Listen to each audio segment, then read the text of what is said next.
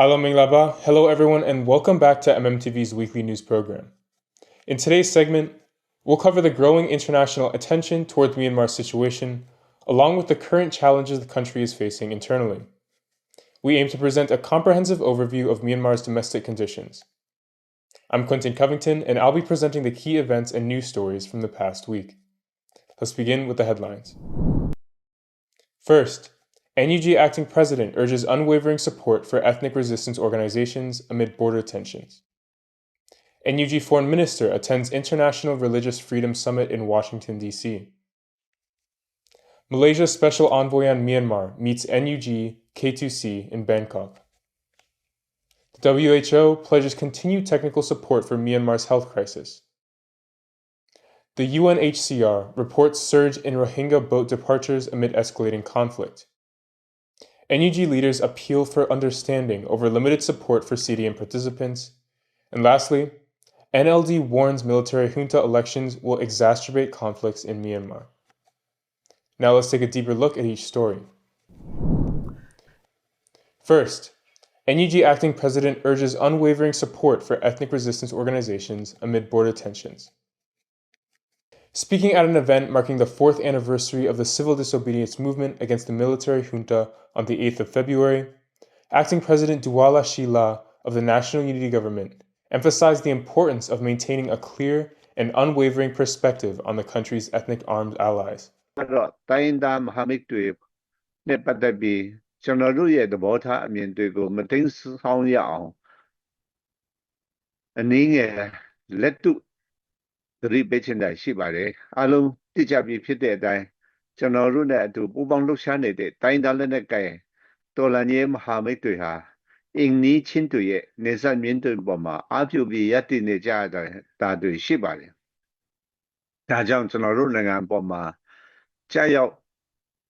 between နိုင်ငံရေးအချက်တိကျမှာမြေစာပင်မဖြစ်အောင်ဒေသတွင်းနိုင်ငံရေးရည်ဥတုကိုကြည့်ပြီးတော်လန်ရေးလီပါအဖြစ်အဖို့ပြုလုပ်ကြရတာရှိပါတယ်ဒါကြောင့်တခါတရံနိနာရအလှည့်ပြောင်းလုပ်ပြီးကျင့်သုံးရတာတွေရှိနေတယ်လို့နားလည်သဘောပေါက်ထားဖို့လိုပါတယ် Quote, I want to gently remind everyone to stay firm in our stance towards our ethnic allies.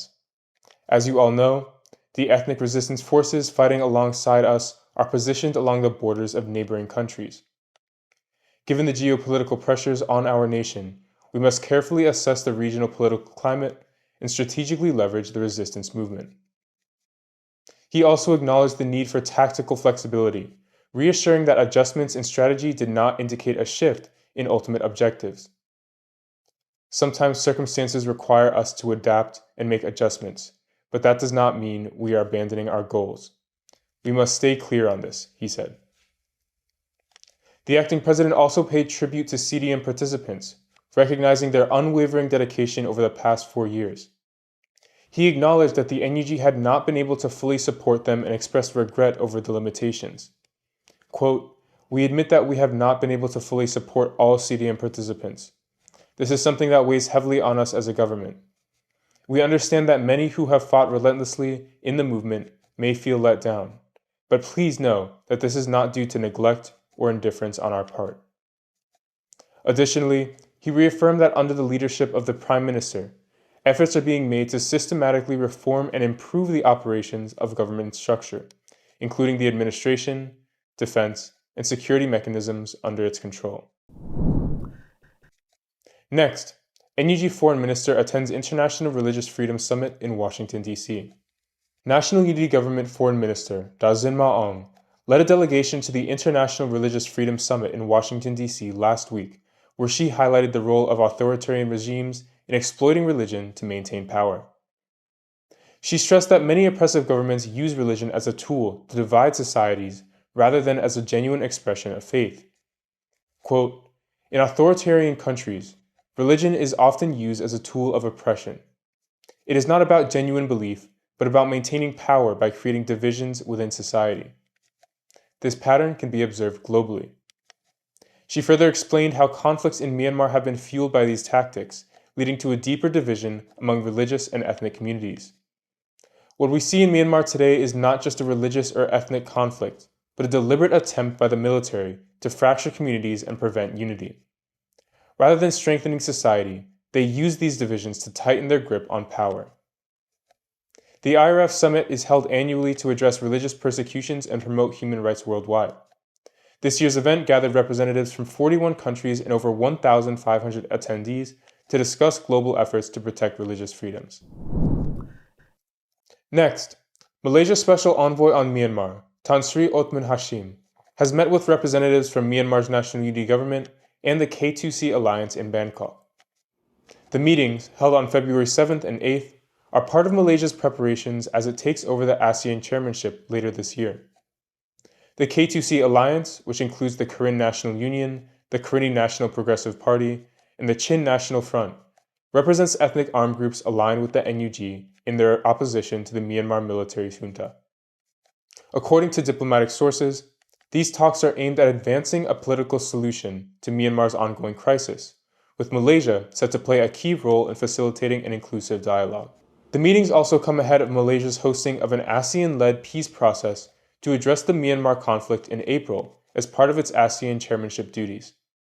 A diplomatic source commented, Malaysia is engaging with all relevant Myanmar stakeholders as part of its planned initiative in April. Thailand is also providing assistance in these efforts. Prior to the Bangkok meetings, the Malaysian envoy had also met with Myanmar's junta-appointed foreign minister, Tan Swe, in Naypyidaw on February 6th. Additionally, on February 7th, he held discussions with Dusit Manapan, an advisor at Thailand's Ministry of Foreign Affairs. Malaysia, as the 2025 ASEAN chair, is continuing Indonesia's previous efforts to promote inclusive dialogue with all stakeholders in Myanmar. With regional support, it aims to build upon Indonesia's past initiatives in resolving the Myanmar crisis. Next, the WHO pledges continued technical support for Myanmar's health crisis.